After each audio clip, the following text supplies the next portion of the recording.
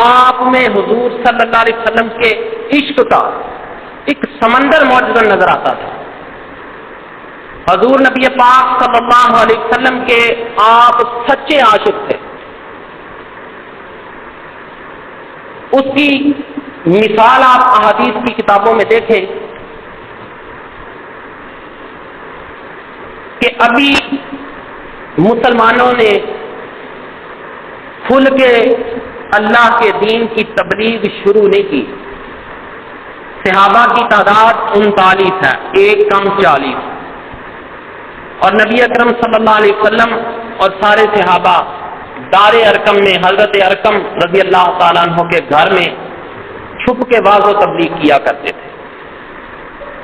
جب تعداد 39 ہوئی تو ایک روز حضرت صدیق اکبر رضی اللہ تعالیٰ عنہ نے حضور صلی اللہ علیہ وسلم کی بارگاہ میں عرض کی، یا رسول اللہ صلی اللہ علیہ وسلم، میرا جی چاہتا ہے کہ ہم کھل کے اللہ کے دین کا پرچار کریں. حضور صلی اللہ علیہ وسلم نے پہلے تو منع فرمایا، لیکن حضرت صدیق اکبر نے ضد کی کہ حضور ہم چاہتے ہیں، میرا جی چاہتا ہے اب کھل کے اللہ کے دین کی تبلیغ کی جائے. نبی اکرم صلی اللہ علیہ وسلم نے اجازت عنایت فرما دی. جب اجازت عنایت فرما دی تو حدیث کی کتاب میں لکھا ہے، وقام ابو بکر فی الناس خطیبا ورسول اللہ صلی اللہ علیہ وسلم جالس فکان اول خطیب دعا الی اللہ وعلی رسولہ، کہ حضرت صدیق اکبر لوگوں کے سامنے کھڑے ہو گئے اور حضور صلی اللہ علیہ وسلم بھی وہاں موجود تھے، اور کھڑے ہو کے اللہ کے دین کی تبلیغ شروع کر دی. اور یہ بات لکھی ہے کہ فقان اول خطیب دعا الی اللہ وعلی رسولہ، کہ اللہ کے رسول کی طرف تبلیغ کرنے والے اسلام کے حضور صلی اللہ علیہ وسلم کے بعد سب سے پہلے خطیب حضرت ابو بکر صدیق ہیں.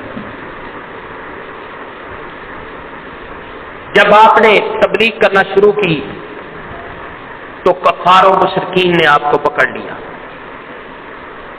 صحابہ کو، نبی اکرم صلی اللہ علیہ وسلم کو اور حضرت ابو بکر صدیق رضی اللہ تعالیٰ عنہ کو زد و خوض کرنا شروع کر دیا.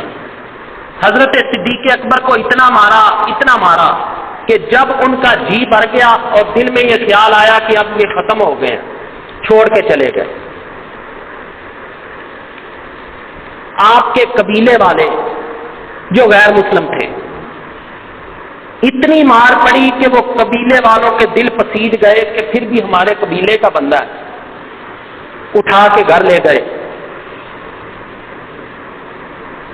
دیکھا کہ ابھی زندہ ہے، گھر لے گئے، جا کے لٹایا. سارے قریب بیٹھے ہیں، باپ پاس ہے، ماں پاس ہے، قبیلے والے پاس ہیں. لوگ انتظار کر رہے ہیں کہ اب ہوش کریں، اب ہوش کریں.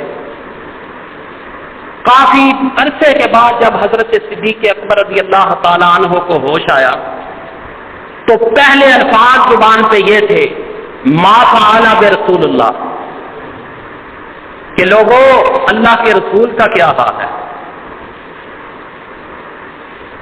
جب قبیلے والوں نے یہ سنا نا کہ ہم اس کی خاطر بیٹھے ہیں اور اسے اپنا پتہ ہی نہیں، پھر اسی رسول کی بات کر رہے ہیں، قبیلے والے سارے چلے گئے. جب بھی ہوش آتا ہے زبان سے الفاظ نکلتے ہیں، ما فعل برسول اللہ، ما فعل برسول اللہ، رسول اللہ کے ساتھ کیا ہوا ہے، رسول اللہ کا کیا حال ہے، رسول اللہ کا کیا حال ہے. لوگ چلے گئے ہیں. ماں نے پانی پیش کیا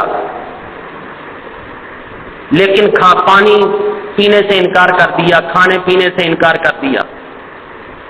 ماں سے پوچھتے ہیں، ما فعل برسول اللہ، ما فعل برسول اللہ، کہ اللہ کے رسول کا کیا حال ہے. اور آپ کی والدہ خدا کی قسم اٹھا کے کہتی ہیں، واللہ مالی علم بصاحبک، اے ابو بکر مجھے تیرے ساتھی کا، تیرے صاحب کا، تیرے آقا و مولا کا مجھے نہیں پتا کہ کیا حال ہے. آپ کہتے ہیں اچھا آپ جائیں حضرت ام جمیل کے پاس رضی اللہ تعالی عنہا کے پاس. انہوں نے بھی اسلام قبول کر لیا تھا لیکن خفیہ تھا. والدہ کو ان کے پاس بھیجا. جب وہ آئیں اور حضرت صدیق اکبر رضی اللہ تعالی عنہ کا حال دیکھا تو دل پسیجا اور زبان سے دیکھتے ہی الفاظ جاری ہو گئے، انی لارجو ان یاتاکم اللہ لک. جب حال دیکھا تو زبان سے الفاظ نکلے کہ مجھے امید ہے ابو بکر تیرا بدلہ، تیرا انتقام خدا ضرور لے گا. ابو بکر کی زبان سے الفاظ نکلے، ان باتوں کو چھوڑ، یہ باتیں نہ کر، مجھے یہ بتا ما حال برسول اللہ، رسول اللہ کا کیا حال ہے. آپ نے فرمایا سالم صالح، کہ حضور صلی اللہ علیہ وسلم خیریت سے ہیں. نبی اکرم صلی اللہ علیہ وسلم کی خیریت بتا دی. پوچھنے لگے کہاں ہیں؟ کہنے لگی وہ دار ارقم میں ہے. ماں نے کہا بیٹا کچھ کھا لو پی لو. زبان سے الفاظ نکلے